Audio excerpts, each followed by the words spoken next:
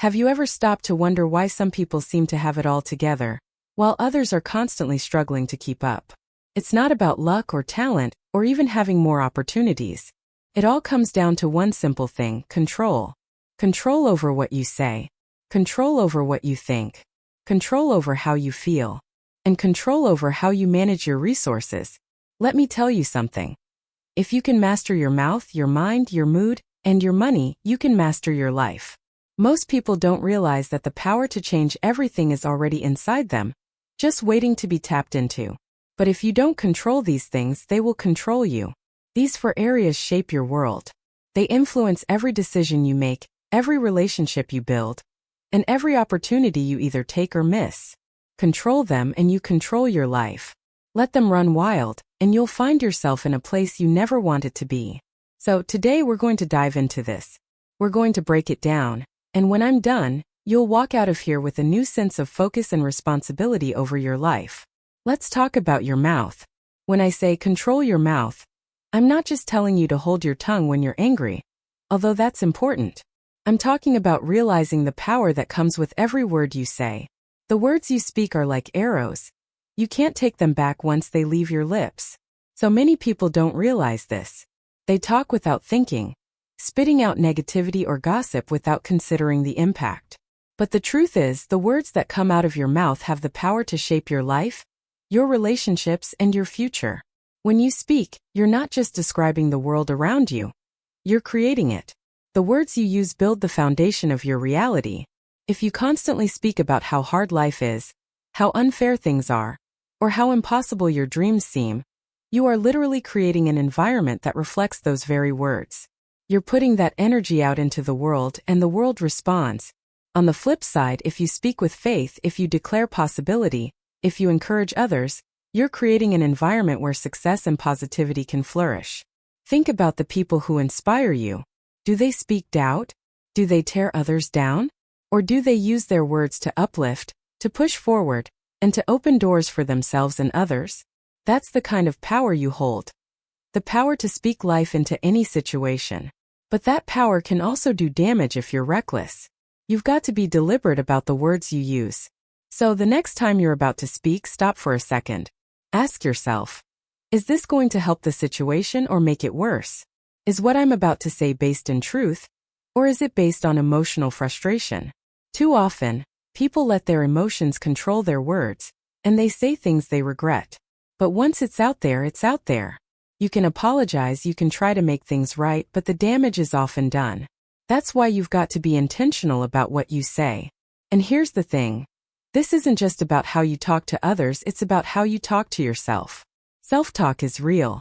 The way you speak to yourself, the words you choose when you think about your own life, your own capabilities, your own future. Those words are shaping your reality. If you constantly tell yourself, I can't do this, or I'm not good enough, or it's too hard, guess what? You're going to start believing it. You'll limit yourself because you're feeding your mind the wrong message. You'll begin to act as if those limitations are real, when in fact they're just a reflection of the negativity you've been speaking. But when you flip the script and start speaking positive, affirming words to yourself, everything changes. When you wake up in the morning and tell yourself, I can handle whatever comes my way. I am more than capable. I deserve success. That's when you begin to build the confidence and mindset you need to move forward. You speak yourself into strength. You speak yourself into courage. And before long, those words become actions, and those actions turn into habits that shape your future. You see, controlling your mouth isn't about silence. It's about being intentional. It's about understanding that every word that leaves your lips is either contributing to your success or setting you back. It's about recognizing that your words have power over your relationships, your opportunities, and even your own self-perception.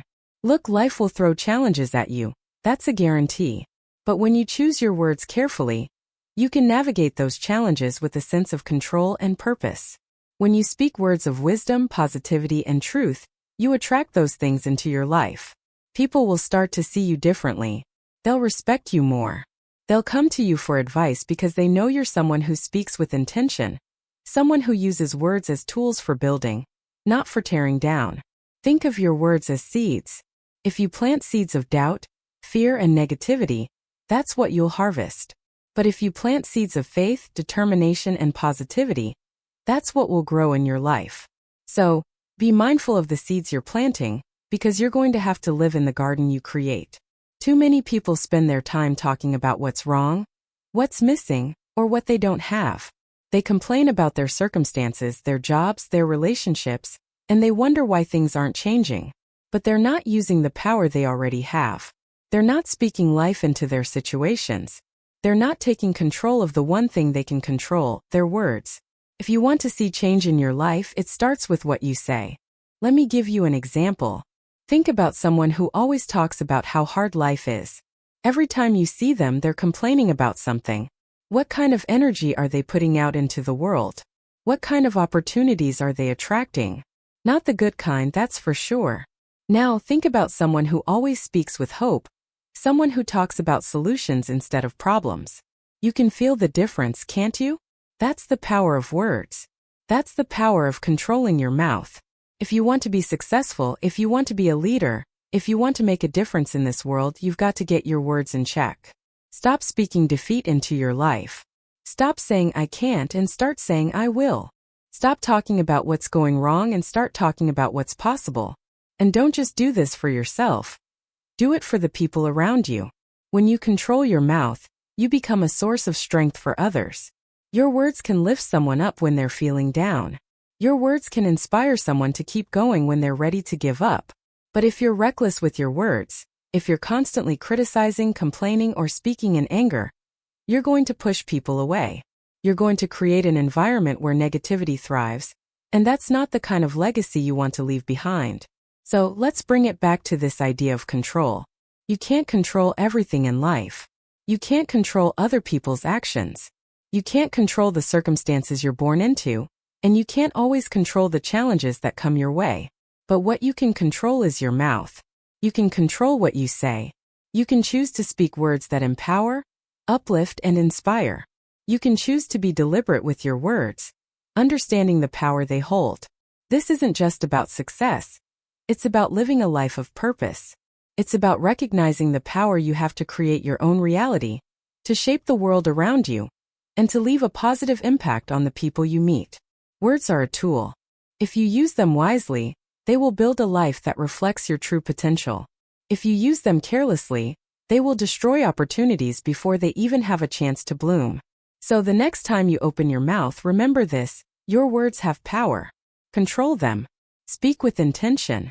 Speak life into your future, into your relationships, and into your own self-worth, and watch how the world changes around you. Let's get real about your mind. Your mind is the most powerful tool you have. It's where everything begins, every action, every decision, every habit you build. It's all rooted in your thoughts. Your mind is where battles are won or lost long before they ever manifest in your life. You've got to understand this, because if you don't control your mind, it will control you. And when you let that happen, you end up living a life that's reactive instead of proactive, driven by fears and doubts instead of purpose and intention. Think about it. Everything you've ever done, good or bad, started with a thought. Whether it was deciding to go after a dream, hitting the gym to get in shape, or even making a mistake, it all started in your head. That's why the saying, "As a man thinks, so is he," is so powerful. It means that your life is shaped by the thoughts you allow to take root in your mind. What you focus on expands. So if your mind is filled with negativity, fear, or doubt, that's the direction your life will head in. But if you fill it with thoughts of growth, possibility, and determination, you'll start moving toward those things instead. Too many people let their minds run wild, letting fear and doubt take control. They worry about what might go wrong, about what people think, or about whether they're good enough.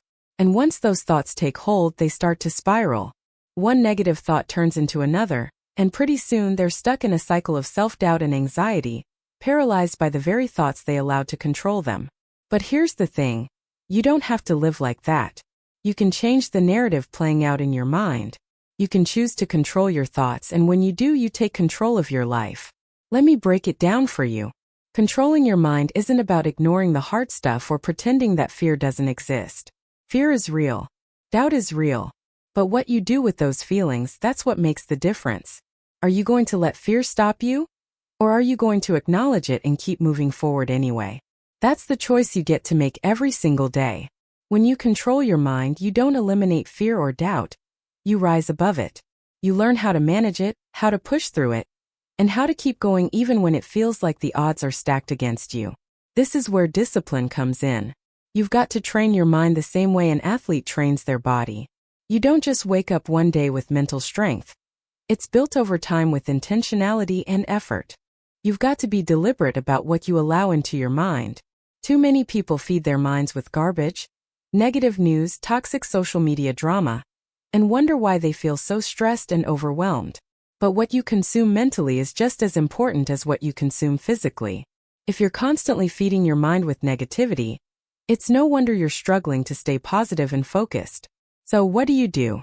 You guard your mind like it's the most valuable thing you own, because it is. You've got to be selective about what you expose yourself to. If it doesn't feed your spirit, if it doesn't align with your goals or your values, let it go. Instead, fill your mind with things that challenge you, that push you to grow, that inspire you to be better. Read books that make you think, that open your mind to new ideas and possibilities. Listen to people who motivate you, who've walked the path you want to walk, and who've overcome the obstacles you're facing. And here's another thing. Surround yourself with people who lift you up. The company you keep has a huge impact on your mindset. If you're hanging around people who are always negative, always complaining, always doubting, that energy is going to rub off on you. But if you're around people who are driven, focused, and positive, that energy is contagious too. The more you expose yourself to positivity and success, the more your mind will start to reflect that. You'll start to believe in yourself more, to see opportunities where others see obstacles, and to push through challenges with confidence instead of fear. Controlling your mind also means being intentional about your thoughts. When a negative thought creeps in, and it will, you've got to catch it, challenge it, and replace it with something better. You can't just let negative thoughts sit there and fester. If you do, they'll take root and grow into something bigger than they ever needed to be. Instead, when you catch yourself thinking, "I can't do this," stop and ask yourself, "Is that really true? What evidence do I have that I can't?" Most of the time, you'll realize that those negative thoughts aren't based in reality. They're just your fear talking. So challenge them. Flip the script and replace them with thoughts that serve you. Another powerful tool for controlling your mind is visualization. When you visualize your goals, your dreams, and your success, you train your mind to focus on what you want rather than what you're afraid of. When you can see it in your mind, you can start to believe it's possible. And once you believe it's possible, you'll start taking the actions necessary to make it a reality. Visualization isn't just daydreaming. It's a way of programming your mind for success. It's about creating a mental picture of where you're headed and letting that picture guide your actions. Every morning when you wake up, you have a choice. Are you going to let the world dictate your thoughts? Or are you going to take control of your mind? It's easy to get swept up in the chaos of life, to let stress, fear, or negativity take over. But you have the power to choose a different path. You have the power to focus on what you can control, to think positively, and to approach every situation with a mindset that says, "I can handle this. I've got this." When you start your day with that kind of intention, everything else falls into place. Meditation and prayer are also powerful ways to control your mind. When you take time each day to quiet your thoughts, to center yourself, and to connect with something bigger than yourself, you give your mind the space it needs to recharge and refocus. Meditation helps you become more aware of your thoughts, so you can catch the negative ones before they spiral out of control. Prayer reminds you that you're not in this alone, that you're part of something greater, and that you have the strength to overcome whatever comes your way. The bottom line is this: controlling your mind is a daily practice. It's not something you do once and then forget about. It's a commitment to yourself, to your goals, and to your future. It's about taking responsibility for your thoughts and understanding that they have the power to shape your life. When you control your mind, you take back control of your destiny. You're no longer at the mercy of fear, doubt, or negativity. You're in the driver's seat, steering your life in the direction you want to go. So start today. Start by being mindful of your thoughts. Start by feeding your mind with the kind of information, people, and experiences that will push you toward success. Challenge the negative thoughts when they arise and replace them with thoughts that serve you. Visualize your goals. Meditate, pray, and take control of your mind, because when you do that, you take control of your life. And once you're in control of your mind, there's nothing you can't achieve. Now let's dive into something that people often overlook, but plays a huge role in how their lives unfold. Your mood. Your mood is like the lens through which you see the world. And if you don't control it, that lens can distort everything around you. Think about it. You've probably seen it happen before. Someone wakes up on the wrong side of the bed, and all day they carry that bad energy with them. Every interaction is negative. Every obstacle feels like a catastrophe. They're walking around like the whole world is against them, when in reality it's their mood that's the problem. They've let a fleeting emotion take over and dictate how they experience their day. But here's what you need to realize. Your mood doesn't just happen to you. You have more control over it than you think. Your mood is not some external force that you're powerless against. It's not something you have to surrender to. Your mood is a choice. It's something you can regulate, something you can manage, no matter what's happening around you. And when you understand that, when you realize that you have the power to control your emotional state, everything starts to change. Now let's be clear about something. Emotions are real. I'm not saying you should ignore how you feel. If you're angry, you're angry. If you're sad, you're sad. Those are legitimate emotions, and they deserve to be acknowledged. But here's the thing. Just because you feel something doesn't mean you have to let it control you. Feelings are like waves, they rise, they fall, they come, they go. But you don't have to be swept away by them. You can learn to ride the wave instead of drowning in it. One of the biggest mistakes people make is thinking that their feelings are facts. They wake up feeling stressed or anxious, and they start to believe that their entire day is doomed. But feelings are not facts. Just because you feel something in the moment doesn't mean it's the absolute truth. It doesn't mean your day is ruined or that your life is off track. Just an emotion. It's temporary. And the moment you start to recognize that, the moment you understand that your mood is fluid and can be changed, you take back control. Here's where you start: awareness. Most people go through their day on autopilot, completely unaware of how their mood is affecting them. They let their emotions dictate their actions without even realizing it. They're reacting instead of responding. But when you become aware of your mood, when you check in with yourself and say, wait a minute, how am I feeling right now? You give yourself the power to shift that energy. You become the one in the driver's seat, rather than letting your emotions steer the car. Think about it. How many times have you let something small set the tone for your whole day? Maybe you got stuck in traffic or someone said something that rubbed you the wrong way. Before you know it, you're carrying that frustration with you all day, snapping at people, getting irritated over things that don't really matter. You let that one small thing snowball into something much bigger than it needed to be. But when you control your mood, you can stop that snowball before it gets rolling. You can pause, take a breath, and decide how you want to respond. You can choose to let it go, to not let that moment define your entire day. And that's the key choice. You always have a choice when it comes to your mood. You may not be able to control what happens to you, but you can always control how you respond. You can choose to dwell on the negative, or you can choose to focus on the positive. You can choose to let a bad moment ruin your day, or you can choose to move on and make the best of it. It's all up to you. And when you start to see your mood as something you can control, you stop being a victim of your circumstances. You become empowered. Now, controlling your mood doesn't mean putting on a fake smile and pretending everything is okay when it's not. It's not about suppressing your emotions or ignoring how you feel. It's about managing your emotions in a way that serves you, rather than letting them run the show. It's about finding healthy outlets for your feelings and making sure that they don't dictate your actions in a negative way. Let's talk about gratitude for a minute. Gratitude is one of the most powerful tools you have for controlling your mood. When you focus on what you're grateful for, when you make a conscious effort to shift your attention to the good things in your life, it's almost impossible to stay in a negative state. Gratitude forces you to recognize that no matter what's going wrong, there's still something going right. Changes your perspective. It shifts your focus from what you don't have to what you do have, from what's lacking to what's abundant. So when you find yourself in a bad mood, when things aren't going your way, take a moment to stop and reflect on what you're grateful for. Doesn't have to be something big. It could be as simple as the fact that you woke up this morning, that you have a roof over your head, or that you have people in your life who care about you. Whatever it is, focus on it. Let it fill you up. Let it remind you that even in the midst of challenges, there's still something to be thankful for. Gratitude changes everything. Another powerful tool for controlling your mood is your mindset. You see, your mood is directly tied to how you think. If you're constantly thinking negative thoughts, if you're always focused on what's wrong or what's lacking, it's going to be hard to stay in a positive mood.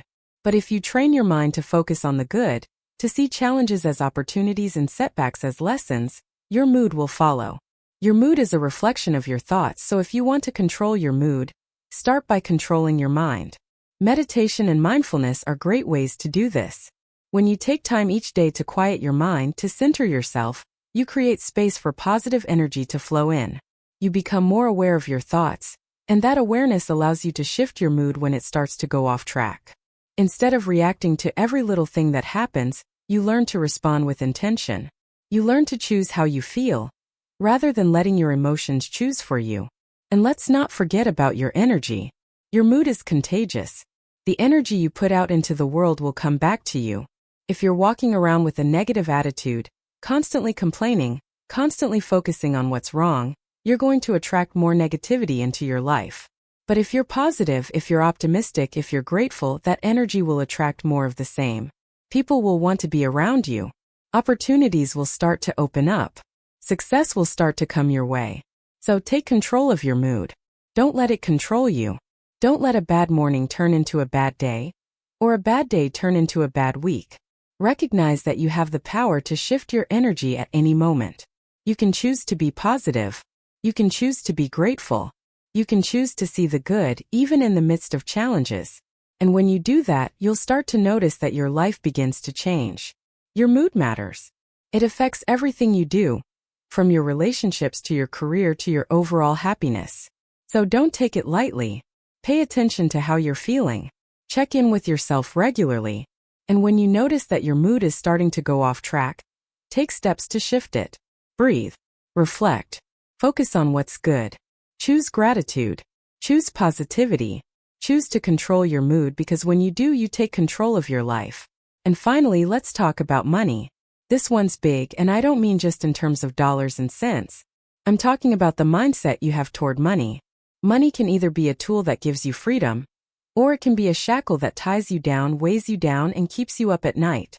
Too many people are controlled by their money, or by the lack of it. They're out here living paycheck to paycheck, wondering how they're going to make ends meet.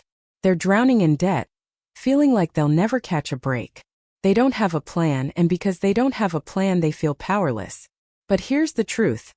Money, just like anything else in your life, is something you can control. You've just got to be intentional about it. You've got to make the decision to control it instead of letting it control you. First off, let me make something clear. Money is not the root of all evil. You've heard that before, right? People like to throw that around, but they're misquoting it. It's not the money itself that's the problem. It's the love of money. It's when you become obsessed with it, when you start chasing it at all costs, when you're willing to do anything and everything just to get more of it, that's when you get into trouble. But money itself is neutral. It's a tool, and how you use that tool, that's what makes a difference. You can use it to build something beautiful, something lasting, something that benefits not just you, but the people around you. Or you can use it recklessly, carelessly, and find yourself in a deeper hole than when you started. The choice is yours. So, how do you control your money? How do you take the reins and stop letting it control you? Starts with a plan. You've got to create a plan for your money. You've got to know where every dollar is going before it even gets there. Too many people out here are just spending without thinking, without planning. They're reacting to every sale, every impulse, every fleeting desire. But if you want to control your money, you've got to be proactive. That means budgeting. That means saving. That means investing in your future. It's about being intentional with every dollar that comes into your hands. Now, budgeting might not sound like the most exciting thing in the world, but let me tell you something, budgeting is freedom. When you have a budget, you know exactly where your money is going. You're not guessing. You're not stressing. You're in control. You're telling your money what to do instead of wondering where it went. And when you're in control, when you're intentional, you stop letting your emotions drive your spending. Let's talk about that for a second. Emotions and money, they don't mix well. How many times have you had a bad day and decided to go out and spend money just to feel better? How many times have you told yourself, I deserve this, and bought something you knew you couldn't afford? Listen, I get it. We've all been there. But here's the thing. Just because you feel like you deserve something doesn't mean you should buy it. Just because you had a bad day doesn't mean you should spend money that's going to set you back financially. That kind of emotional spending is a trap, and if you're not careful, it will keep you stuck in a cycle of debt and stress. You've got to be smart with your money. You've got to think long term. Don't just focus on the here and now.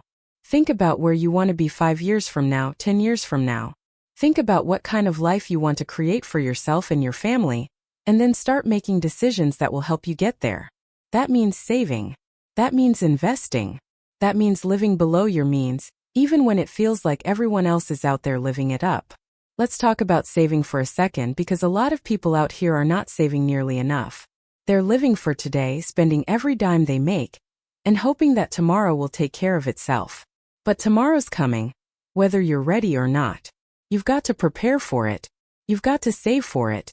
Start by building an emergency fund, something to cover those unexpected expenses that life throws your way. Because let me tell you something, life is going to throw you some curveballs. The car is going to break down. The roof is going to leak. You're going to have medical bills. If you don't have money set aside for those emergencies, you're going to find yourself in a hole that's hard to climb out of. Once you've got your emergency fund in place, start thinking about your future. Start thinking about retirement, about investments, about building wealth that will last. And here's the thing about wealth. It's not about how much you make, it's about how much you keep. It's about building something that lasts. Too many people are focused on making more money, but they're not paying attention to how much they're spending. They're making 6 figures, but they're living paycheck to paycheck because they're spending it all as soon as it comes in. That's not wealth. Wealth is when you've got something that lasts.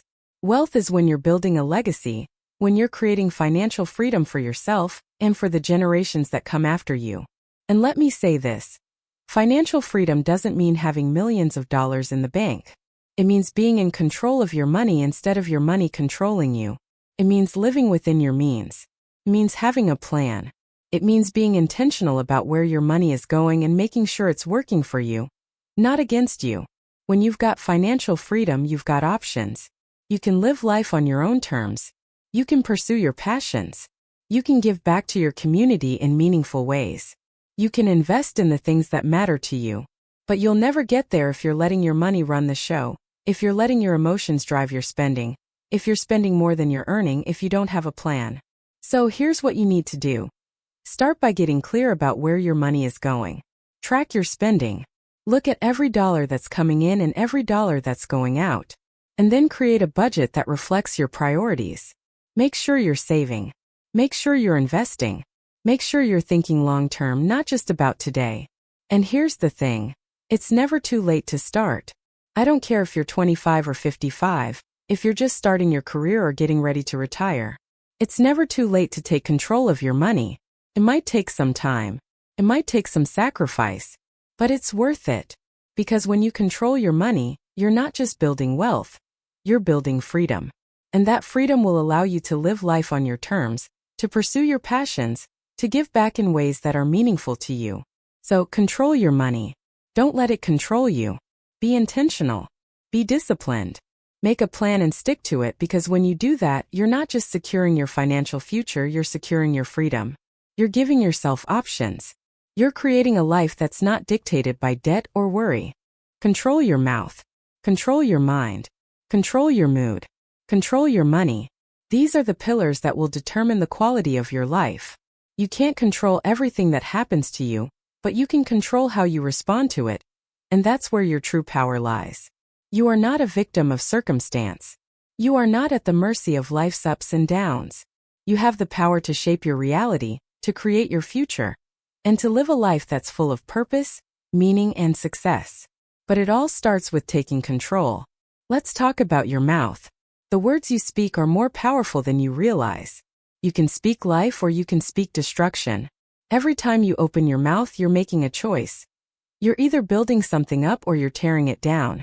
You can build your relationships, your career, and your self-esteem with the words you use, or you can sabotage them. When you're intentional about your words, when you speak with purpose, you'll see how much smoother your life runs.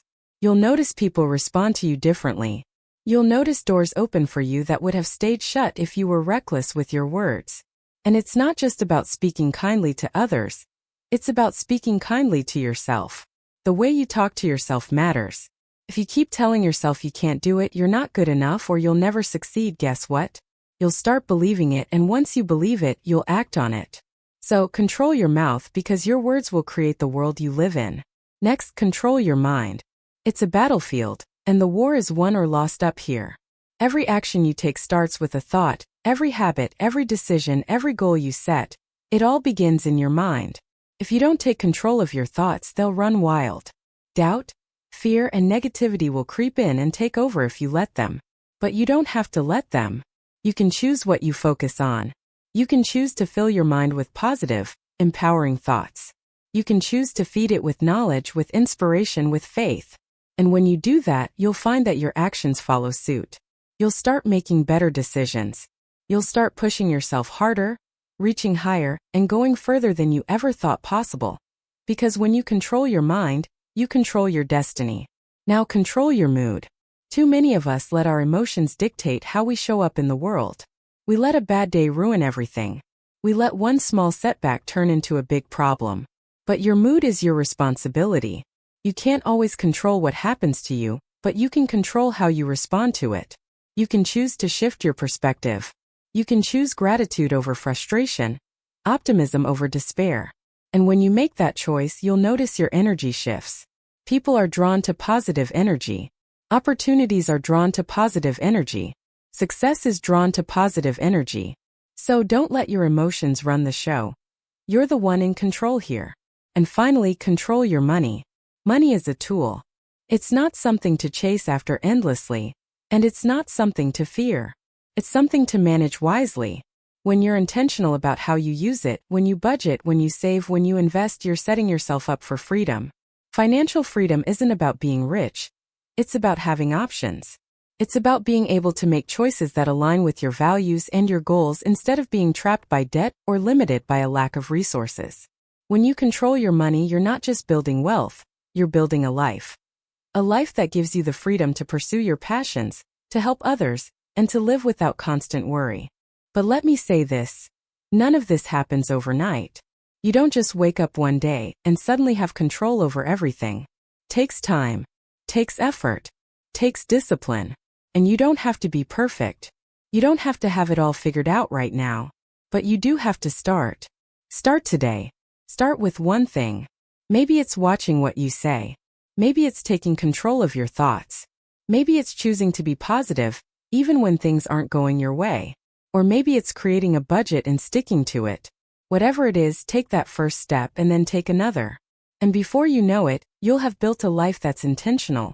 A life that's meaningful, a life that's yours. And as you do that, as you start taking control of these 4 areas, your mouth, your mind, your mood, and your money, you'll begin to see a shift.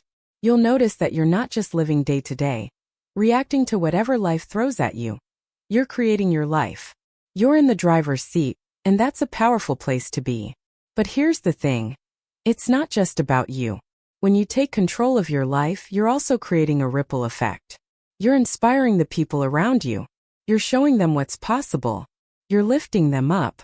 Whether it's your family, your friends, or your community, when you live with intention, when you take control, you become a leader.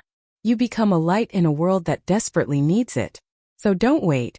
Don't sit back and let life happen to you. Take control. Control your mouth, your mind, your mood, and your money. It's not going to be easy. It's not going to be quick. But it will be worth it. And when you look back one day, you'll see that you didn't just live your life. You created it. You shaped it. You owned it. And in doing that, you'll have built something that no one can take away from you. A legacy, a life full of purpose, of meaning, of success. So start today. Take that first step. Control your life, because nobody else is going to do it for you. You have the power. The control is in your hands. So what are you going to do with it?